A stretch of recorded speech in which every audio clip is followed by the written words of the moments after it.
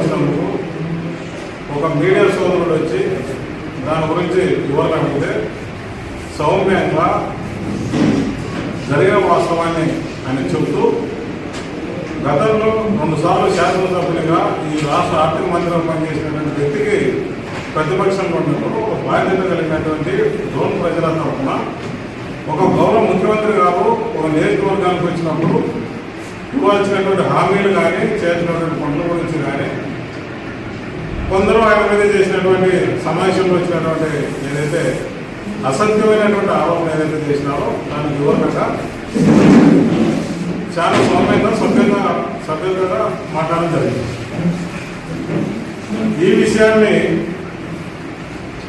మరి తెలుగుదేశం వాళ్ళు నిన్న మీటింగ్ పెట్టినటువంటి నాయకులు బహుశా వాళ్ళు మాట్లాడిన మాటల్లో బొగ్గన నీకు అర్హత ఉందా, నీ స్థాయి కాదు అని మీ స్థాయి చెప్పండి, మీ అర్హత చెప్పు,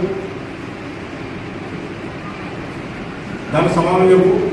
ఒక రాష్ట్ర మంత్రిగా చేసి ఢిల్లీ స్థాయిలో డోన్ అంటే ఢిల్లీ స్థాయిలో పేరు ప్రఖ్యాతలు తీసుకొచ్చినటువంటి వ్యక్తి మీద మాట్లాడేటప్పుడు మీ స్థాయి ఎక్కడ?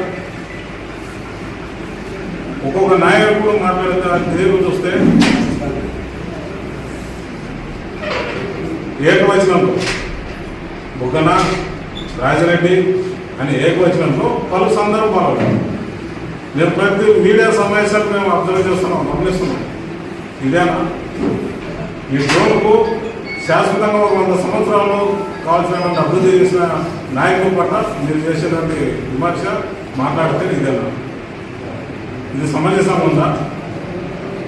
మీడియా ముందు మాట్లాడేటప్పుడు ఇది వేల మంది కావచ్చు, లక్షల మంది కావచ్చు, మనం మాట్లాడేటువంటి విషయాన్ని ప్రజలకు దృష్టికి వెళ్ళేటప్పుడు ప్రజలు గమనించలేకున్నారని చెప్పి అనుకుంటున్నారా? ఇంకొక నాయకుడు మాట్లాడతాడు, నాయకులంతా బహుశా రాష్ట్ర నాయకులు కూడా దేశ నాయకులు అనుకుంటున్నారు.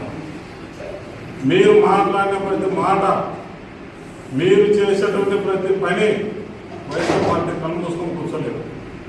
దీనికి సందర్భం వచ్చినప్పుడు అన్నిటికీ తిరిగి సమాధానం వస్తుంది. అనవసరం లేదు. ఆయన మరొక నాయకుడు అంటాడు, మీరు దాన ధర్మాలు చేసింటే ఎందుకు పోతారు అంటారు. ఇదేనా మీరు మాట్లాడాల్సింది? ఇది మాట్లాడేటువంటి తీరు ఇదేనా? మళ్ళీ ఇప్పుడు కూడా చెప్తున్నాం, ఖచ్చితంగా రాబోయేటువంటి ఎలక్షన్స్లో మళ్ళీ డోన్లో వైఎస్ఆర్ పార్టీ జెండా రెపరెపలాడుతుంది. ఈ రాష్ట్రంలో మళ్ళీ వైఎస్ఆర్ పార్టీ అధికారం కాబోతుంది. కాబట్టి ఒక ఆరోపణ చేసే ముందు వాస్తవం తెలుసుకొని ఉండాలి. ఏదో సంబంధం లేని విషయంలో ఆయన పేరు ప్రస్తావన లాగి ఏ మాత్రం కూడా కూర్చున్న వాళ్ళు మాట్లాడిన వాళ్ళు వాళ్ళకి అంత చరిత్ర చెప్తే అసలు వాళ్ళ గురించి మాట్లాడితే మాకే అసలు అనిపిస్తుంది. తెలియదా ప్రజలకు? ఓటమి గెలుపుకోవడం అనేది రకరకాల కారణాలు. మీరు అనవసరమైనటువంటి తప్పుడు హామీలు కావచ్చు, లేకపోతే మా సోదరులు చెప్పినట్టు ఐఎంసీ కావచ్చు, రకరకాల కారణాలు. అయినా ఈ దేశంలో ఎవరికి ఇలాంటి సమస్యలు ఎవరికి ఎదురైనవా? మళ్ళీ తిరిగి గెలవలేదా? మళ్ళీ తిరిగి ఓడిపోయిన పార్టీ మరి 14లో మేము గెలిచినప్పుడు 19లో ఓడిపోయినప్పుడు మళ్ళీ మేము రాలేదా? మేము 19లో ఓడిపోతే 19లో మేము అధికారానికి రాలేదా? కాబట్టి ప్రజల నిర్ణయం రకరకాలుగా ఉన్నప్పుడు, లేకపోతే మేము ఇచ్చినటువంటి కేవలం తప్పుడు హామీలతో, అబద్ధ హామీలతో, మోసపూరితమైనటువంటి వాగ్దానాలతో అధికారంలోకి వచ్చింది తప్ప తెలుగుదేశం పార్టీ వేరే కారణం కాదు. కాబట్టి ఈ విషయాన్ని రాబోయేటువంటి కాలంలో ఈ డోన్ నియోజకవర్గానికి మంత్రి అయింది పార్టీ అధికారంలోకి వచ్చింది.